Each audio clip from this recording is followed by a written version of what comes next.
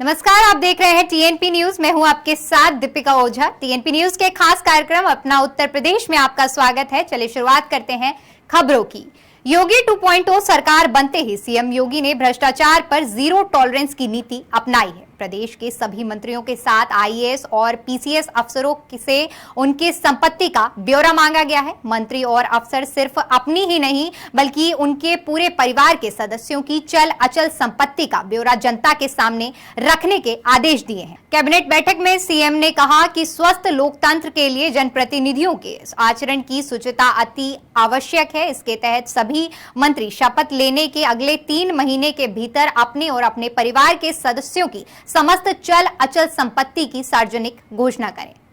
सत्ता में वापसी के बाद सीएम योगी एक्शन मोड में नजर आ रहे हैं। सीएम ने मदरसा आधुनिकीकरण योजना का लाभ लेने वाले सभी 7,442 मदरसों की जांच के आदेश दिए हैं। शासन ने जिलाधिकारियों को भौतिक अवस्थापना सुविधाओं की जांच के आदेश दिए हैं। इसके साथ ही पूरी जांच कर इसकी रिपोर्ट 15 मई तक शासन को भेजने के निर्देश भी जारी किए हैं। तो वहीं सीएम योगी ने सभी मंत्रियों के साथ बैठक की। बैठक में सीएम ने 18 मंत्रियों की एक टीम बनाई है और उन सभी को अपने नए विजन और कार्य प्रणाली के साथ जिलों का दौरा करने के निर्देश दिए हैं। बता दें कि उप मुख्यमंत्री की टीम में एक राज्य मंत्री रखे गए हैं। मंत्रियों के ये दौरे 3 दिन के होंगे। सीएम ने कहा कि इसके जरिए सभी कार्य योजनाओं के साथ सरकार जनता तक पहुंचेगी। बीजेपी सांसद संघमित्र मौर्य माइक्रो डोनेशन अभियान में यूपी के टॉप 30 नेताओं में से दूसरे पायदान पर हैं। संघमित्रा मौर्य ने बीजेपी के कई नेताओं को माइक्रो डोनेशन अभियान में पीछे छोड़ दिया है। उन्होंने 26 अप्रैल को 4,889 लोगों से बीजेपी के लिए चंदा इकट्ठा किया। वहीं पहले पायदान पर सपा छोड़कर आए एमएलसी आशीष यादव हैं। पार्टी के वरिष्ठ नेताओं ने सोशल मीडिया पर सूची डालकर इन नेताओं को बधाई भी दी है। तो वहीं सीएम योगी के आदेश पर सभी धार्मिक स्थलों से लाउड स्पीकर उतार दिए गए हैं या फिर उनकी आवाज धीमी कर दी गई है। अधिकारियों के मुताबिक प्रदेश भर में अब तक करीब 125 धार्मिक स्थलों से लाउड स्पीकर को हटा दिया गया है और 17,000 जगहों पर तय मानकों के हिसाब से आवाज को कम कर दिया गया है। इसके साथ ही सरकार ने ऐसी जगहों की भी रिपोर्ट मांगी है जहां अभी भी तेज आवाज में लाउड स्पीकर बजाए जा रहे हैं। अधिकारियों को इसकी रिपोर्ट 30 अप्रैल तक जमा कराने के लिए कहा गया है। तो वहीं यूपी के आगरा में ताजमहल को लेकर नया विवाद खड़ा हो गया है। बता दें कि भगवा कपड़ों को और धर्म दंड की वजह से जगतगुरु परमहंसाचार्य को ताजमहल में जाने से रोक दिया गया। यूपी पुलिस के जवानों ने पूरे सत्कार के साथ उन्हें ताज के प्रवेश द्वार तक ले जाने के लिए गोल्फ कार्ट में बैठाया, लेकिन प्रवेश द्वार पर मौजूद केंद्रीय औद्योगिक सुरक्षा बल के जवानों ने उनके साथ बेरुखी अपनाई। लखनऊ को गाजीपुर से जोड़ने वाले 340 किलोमीटर लंबे पूर्वांचल एक्सप्रेसवे पर अब सफर करना महंगा हो जाएगा। बता दें कि एक्सप्रेसवे पर 1 मई से टोल वसूली शुरू हो जाएगी। एक्सप्रेसवे पर बने टोल प्लाजा के संचालन, टोल टैक्स की वसूली पर कैबिनेट ने मोहर लगा दी है। चलिए फिलहाल वक्त तो चला है एक छोटे से ब्रेक का।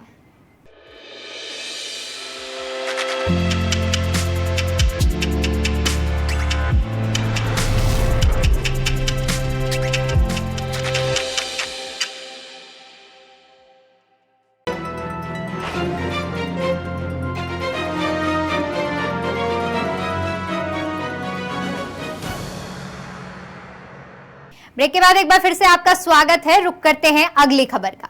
गैंगस्टर एक्ट के खिलाफ दायर याचिका को लेकर सुप्रीम कोर्ट ने बड़ा आदेश दिया है। दायर याचिका पर सुनवाई करते हुए कोर्ट ने कहा कि अपराध एक व्यक्ति करे या गिरोह करे या फिर पहली बार भी किसी अपराध में संलिप्त पाया गया हो, यूपी गैंगस्टर और असामाजिक गतिविधि अधिनियम के तहत मुकदमा चलाया जा सकता है।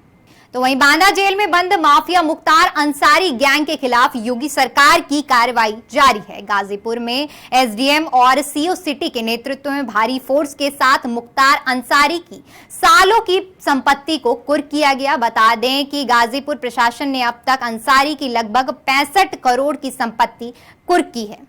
फर्रुखाबाद के बड़पुर में शीतला माता मंदिर के बाहर अवैध कब्जा कर बनाई गई दुकानों पर प्रशासन ने बुलडोजर चलाया। आपको बता दें कि जिले में लगातार अवैध अतिक्रमण के खिलाफ अभियान चलाया जा रहा है। वहीं अतिक्रमण हटाने की सूचना मिलते ही हिंदूवादी नेताओं ने मंदिर के पास बने मजार को भी हटाने की मांग की है। यह प्लान चल रहा है नगर पालिका के द्वारा हमारी लोगों को गुब्बारा पे एक मजार है, उसको नहीं हटाया गया है। आगे तोड़फोड़ की जा रही है। माननीय सिटी मजिस्ट्रेट जी ने आश्वासन दिया कि 2-3 दिन में मजार हटा दी जाएगी।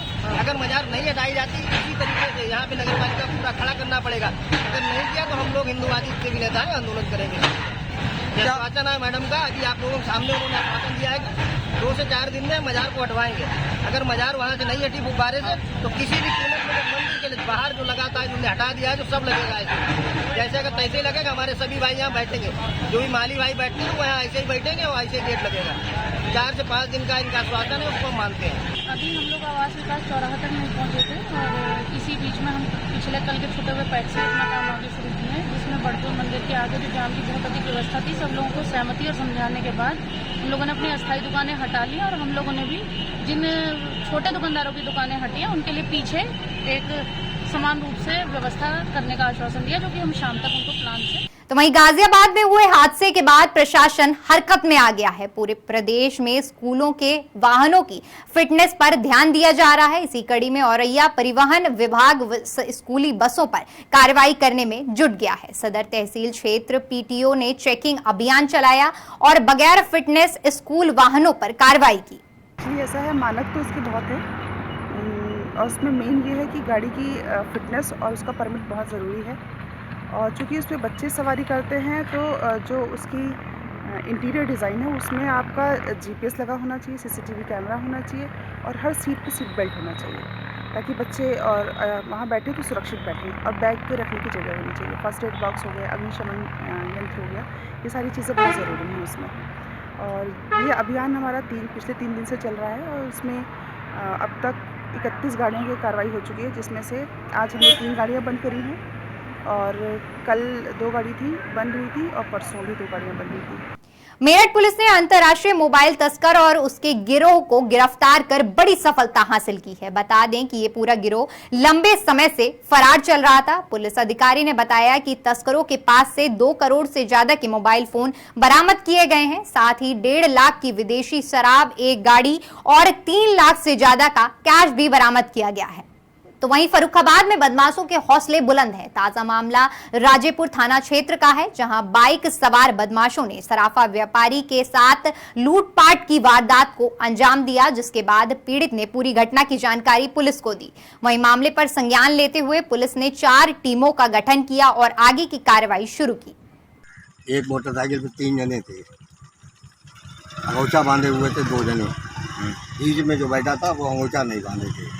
उन्होंने ओवरटेक किया, गाड़ी रोकी और एकदम गाड़ी गिरफ्त देने लगे, कट्टा निकाल लिया और पीछे से इनके बैग निकाल लिया गया। ये आज शाम को करीब 6:15 बजे एक सूचना प्राप्त हुई थी कि थाना राजेपुर के अंतर्गत जो नाके की पुलिया है बरखापट्टी के पास में, वहाँ पर सुरेश चंद्र वर्मा और उनके बेटे सुमित वर्मा, जिनकी की राजेपुर सलेमपुर में एक छोटी सी सुनार की दुकान है, वो जब वापस मोटरसाइकिल पर अपने घर जा रहे थे तभी नाके की पुलिया के ऊपर एक बाइक ने उन्हें ओवरटेक किया, जिस पर 3 लोग सवार थे और उन्होंने उनको रोका और उनका जो पिट्ठू बैग था वो छीन कर वो वहाँ से भाग गए। इसके संबंध में तुरंत से मौके पर जाकर वहाँ पर घटना स्थल निरीक्षण किया गया, वादी से बात की गई और वादी से तहरीर प्राप्त कर इसमें एफआईआर दर्ज की जा रही है। प्रतापगढ़ के आसपुर देवसरा थाना क्षेत्र में एक युवक का शव मिलने से हड़कंप मच गया। बता दें कि युवक का शव गांव के पास खेतों में मिला, जिसकी सूचना राहगीरों ने पुलिस को दी, जिसके बाद पुलिस मौके पर पहुंची और शव को पोस्टमार्टम के लिए भेजा। मामले की जानकारी देते हुए पुलिस अधिकारी ने बताया कि कुछ संदिग्धों को हिरासत में लिया गया है। पूछताछ से जो तथ्य सामने आए हैं उनको ध्यान में रखकर कार्रवाई की जा रही है। सुनील कुमार वर्मा 20 वर्षीय बालक है, जो बीए सेकंड ईयर का छात्र है। आसपुर देवसरा क्षेत्र के औरंगाबाद गांव का रहने वाला है। वहीं से 500 मीटर दूरी पर इसकी सुबह आज डेड बॉडी मिली। डेड बॉडी मिलने पर तत्काल फोर्स के साथ क्षेत्राधिकारी भट्टी, फील्ड यूनिट, डॉग स्क्वाड आदि पहुंचा और अब तक की जो विवेचना है और जो साक्ष्य हैं उसके आधार पर उनके अवैध संबंधों की बात प्रकाश में आ रही है। कुछ संदिग्धों को हिरासत में लेकर के पूछताछ की जा रही है और शीघ्र ही इसका अनावरण कर दिया जाएगा। चलिए फिलहाल के लिए इतना ही। देश और दुनिया की तमाम बड़ी खबरों के लिए हमारे YouTube चैनल को सब्सक्राइब करें। खबरों को विस्तार से जानने के लिए हमारी वेबसाइट www.tnpnews.in पर विजिट करें। धन्यवाद।